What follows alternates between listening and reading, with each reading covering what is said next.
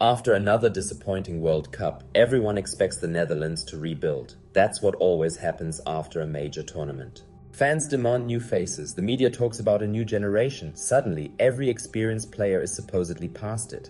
But after putting together this squad, I realized something surprising. I don't think the Netherlands actually need a rebuild. Sure, there are a few exciting young players coming through. 5 or 6 new names make the squad. But the more I looked at it, the more I kept selecting the same core players we've been talking about for years. Maybe 2026 wasn't the end of this generation. Maybe it was simply their biggest disappointment. Now, if you're already typing rebuild everything in the comments, at least leave a like first, and then hear me out. So this is my prediction for the Netherlands 2030 World Cup squad in a 4-3-3. Let's start with the goalkeepers. Bart Verbruggen keeps his place as my number one. He's still one of the best ball-playing goalkeepers around. Calm under pressure, confident with both feet, and exactly the type of goalkeeper Dutch football has always valued. 4 more years of experience should only make him even better. Behind him is Robin Roefs, a very different profile physically, but another modern goalkeeper with excellent reflexes and strong command of his area. If Verbruggen ever misses a game, I don't think the Netherlands lose much quality. Completing the group is Justin Bijlow. By 2030, he'll be one of the experienced voices in the dressing room. Injuries have always been the biggest question mark, but when fit, he's still an outstanding goalkeeper. And that's already the first surprise. After a disappointing World Cup, goalkeeper is usually one of the first positions to change. Here, it isn't. And that's when I realized this prediction might end up looking very different from what people expect. Now the defense. At right back, I still have Jurrien Timber. And honestly, I never seriously considered replacing him. He's only 29 by 2030, can play multiple positions, and remains one of the most complete defenders this country has produced in years. His ability to step into midfield and help build attacks is simply too valuable. Behind him is Latrell Aiken, one of the genuine new faces in this squad. Quick, fearless, and much more direct going forward. At centre-back, Matthijs de Ligt is still the leader. He'll be 30, right in the middle of his prime for a defender. Leadership, positioning, aerial dominance. Alongside him is Mickey van der Ven, quite simply one of the fastest centre-backs in world football. His recovery pace allows the Netherlands to defend much higher than most international teams, and that's a massive advantage. On the bench sits Jan-Paul van Hecke, an intelligent defender who's become increasingly comfortable playing out from the back while remaining extremely reliable defensively. Then Sven Botman, a completely different option, bigger, more physical, more traditional. Sometimes that's exactly what tournament football demands. At left back, I went with Jorel Hato, one of the younger players from today's generation, but by 2030 he'll already have years of top-level experience behind him. Comfortable at left back or centre back, technically excellent and perfectly suited to Dutch football. Behind him is Yuri Baas, another composed left-footed defender who fits the same possession-based philosophy. Then Givairo Red, another attacking fullback for both sides who offers tremendous energy and gives the Netherlands a different option whenever more width is needed. If you've noticed a pattern already, you're not imagining it. You've basically understood this entire video. Position after position, it's still the same generation. Now the midfield.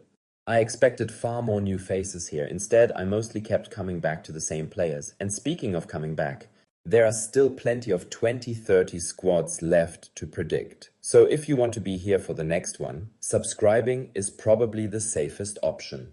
Keith Smith starts as my deepest midfielder. A wonderful playmaker who constantly looks forward, technically gifted, creative, and brave enough to dictate the game from deep. Alongside Smith, I have Ryan Gravenberch.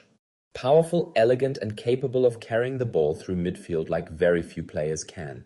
On the other side, it's Tijani Reinders. Even at 31, I still see him as one of the most complete midfielders available. Intelligent movement, outstanding technique, and an incredible engine. Behind them is Frankie de Jong.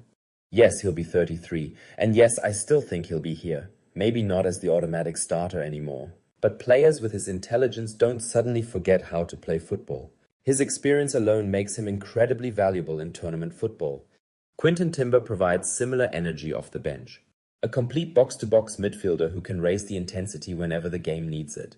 Kenneth Taylor remains another reliable option with excellent passing range and plenty of creativity. Sean Sturr completes the group. One of the brightest young midfielders coming through and another player who fits the Dutch identity perfectly. I expected to build an entirely new midfield after 2026. Instead, I ended up trusting almost exactly the same group. Not because there aren't talented youngsters, but because this generation is still simply better. Now the attack. Xavi Simons starts on the right. By this point, calling him a wonder kid would feel a little ridiculous. By 2030, he'll simply be one of the leaders. Creative, unpredictable and capable of deciding matches with one moment of brilliance. Behind him is Ernest Poku. Pure pace, a player who loves attacking defenders and stretching games late on. On the left, Cody Gakpo. At 31, he'll still be one of the biggest attacking names in Dutch football. Strong, direct and incredibly dangerous whenever he cuts inside onto his right foot. Behind him is Wasim Bozian, another exciting young winger who attacks defenders without hesitation and offers genuine competition on the left. Then Meli Junuzov, probably one of my bigger gambles in the squad, but his explosiveness gives the Netherlands something slightly different from the other wide players. Leading the line is Emmanuel Emega. Physically dominant, incredibly fast, and exactly the type of striker this team needs with so many creative players around him. Brian Brobby completes the squad.